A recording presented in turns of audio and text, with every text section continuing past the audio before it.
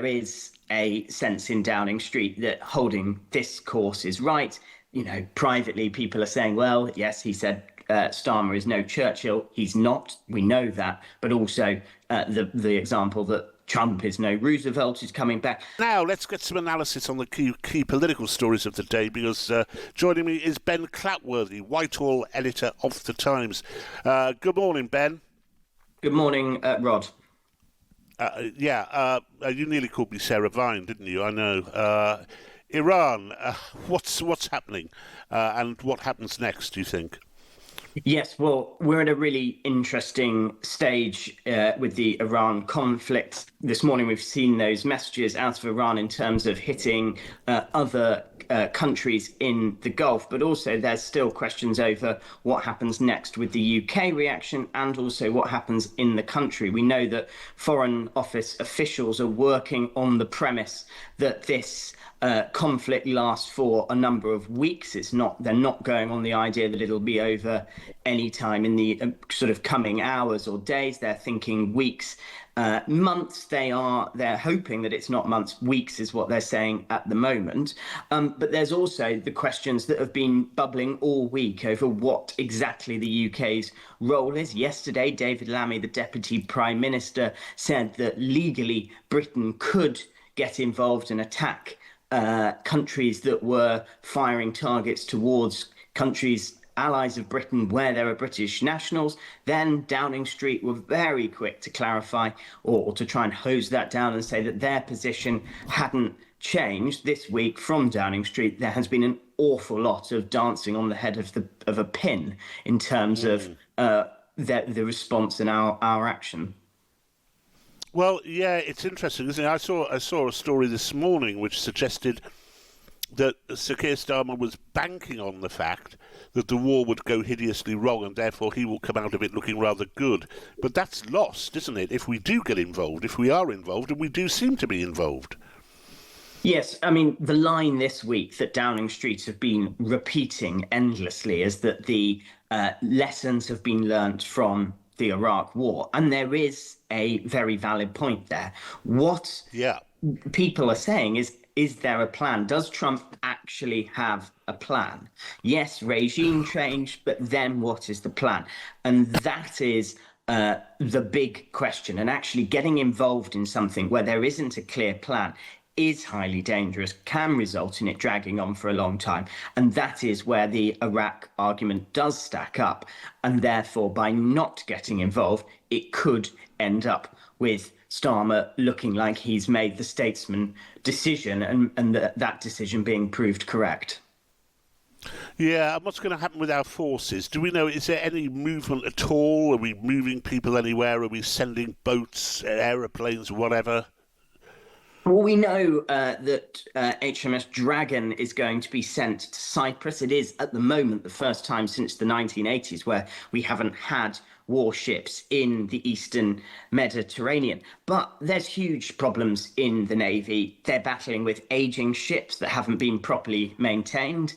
A lot of those ships are currently undergoing maintenance, as HMS Dragon had been. And we also know that last year alone, the Navy lost 1,500 sailors, the equivalent of about 10 frigate ships, huge losses. And yes, recruitment is happening, but like in the army as well, and the RAF particularly, you can't train someone up overnight. So there's two issues on two fronts: aging vessels, aging ships, and not enough sailors. So that does make it really difficult. HMS Dragon due to leave next week. It's currently being restocked ahead of its deployment, but even then that's going to take a week to get out to Cyprus to protect the base there, Akrotiri, which, as we know, was hit by a stray drone at the beginning of this week.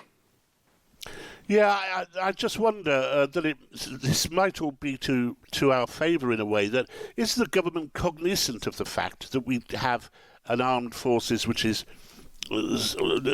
kind of decimated, serially reduced over the last 30 years, and is not, at the moment, quite plainly fit for purpose. Does it know that, and does it have any intention of doing anything about it?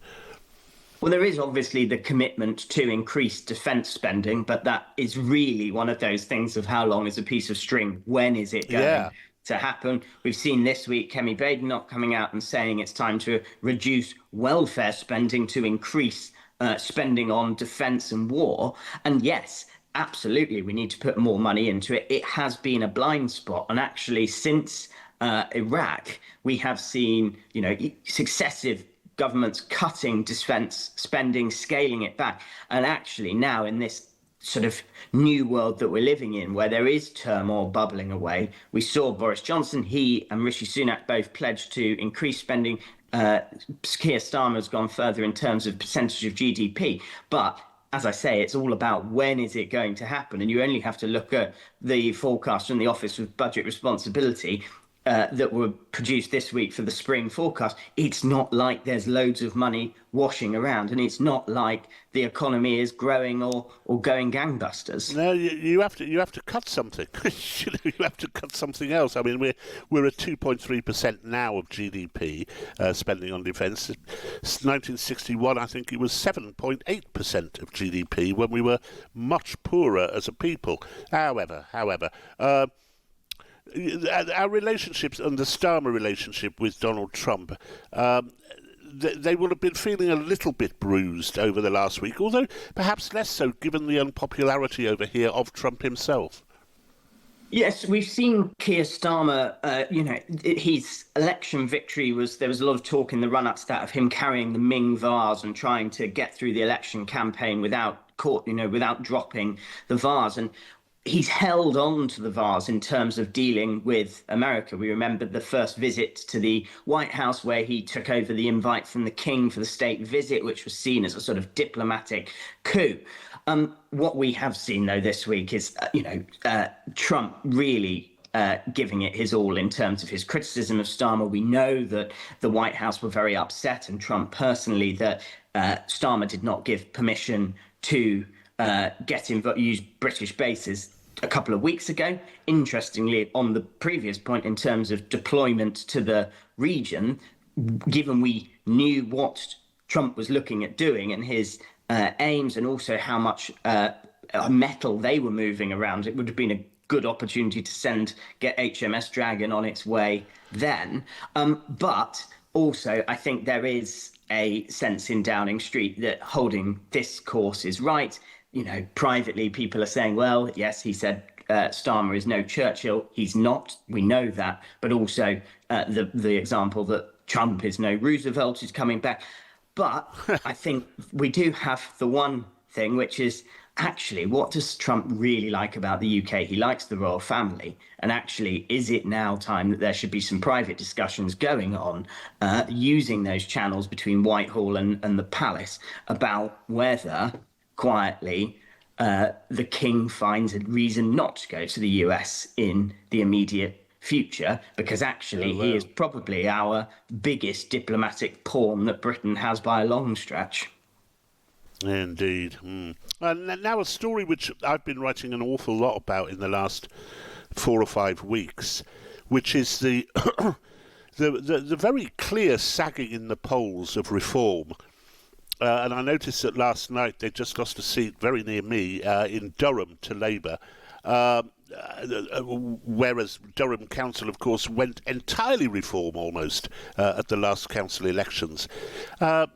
Is there a realisation amongst reform politicians that the wheels seem to be coming off a little bit? Yes, I mean, that was an interesting win for Labour, one of their, if not their first, of council election win since in the last year.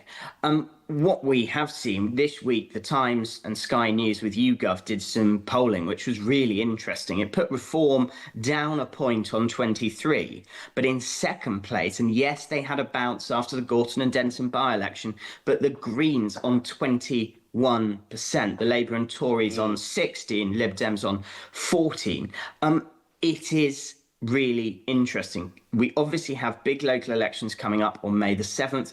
Labour know that it's going to be awful. Kemi Badenoch very publicly saying it is going to be a bad night. She, though, is actually feeling more positive. But it might not be. It might not be. This is what it's all pointing to at the moment, isn't it? That actually Labour might come out of the next round of council elections a lot happier than they were, 2 or 3 months ago. It is possible. I think they're being careful, though. They were feeling very optimistic about Gorton and Denton. They sent the Prime Minister up there to campaign. They were making very positive noises about that. And then look at the result. It didn't come off at all. Now, obviously, that was a Westminster by-election. These are local elections. People should be voting for local issues, but obviously we know that particularly at these sorts of times, they do get used as a test for the government. In terms of reform, though, it's going to be really interesting to see how they do on the night. Obviously, there is a lot of expectation that they're going to do very well, but also we know that actually people who are living under reform councils who have already voted them in are facing huge council tax rises this year. That they've seen lots of 9% in Worcester, 9% rise. Huge council tax rises, and also have seen fallings out, councillors resigning, people leaving, and actually not seen the stability that they sort of kind of got in on a promise of, which was to bring down the cost of living, bring down bills for people, and also not be the same as the parties of old. And actually, they're having the same infighting that people have seen so many times before. Yeah, just briefly on a related issue, because I do believe it's related, Shabana Mahmood and immigration reforms, just briefly, what's she up to? Yeah, this was really interesting this week. It was a big week of immigration news at the Home Office, particularly culminating with that pledge to give failed asylum seekers £1,000 each to leave if they go within the next 7 days, up to £10,000 each, up to £40,000 for a family. Downing Street it's very keen to say that this is a much cheaper option than keeping families in failed asylum seekers in hotels, where the bill can be £158,000 a year for a family of three. My colleague Aubrey Allegretti, though, got some fascinating leaked text messages from the Labour parliamentary WhatsApp group when the MPs were asked to promote Shabana Mahmood's announcement, and a whole raft of MPs wrote back saying no, they're not going to do that. And it shows that real problem that Labour have with trying to look tough on immigration to win votes, but dealing with their backbenchers that are not supportive of those kinds of policies. No, exactly. Very interesting. So Ben Clatworthy, that's the Times Whitehall editor, Ben Clatworthy, and you can read more from him in the paper or with a digital subscription via the Times app or at thetimes.com.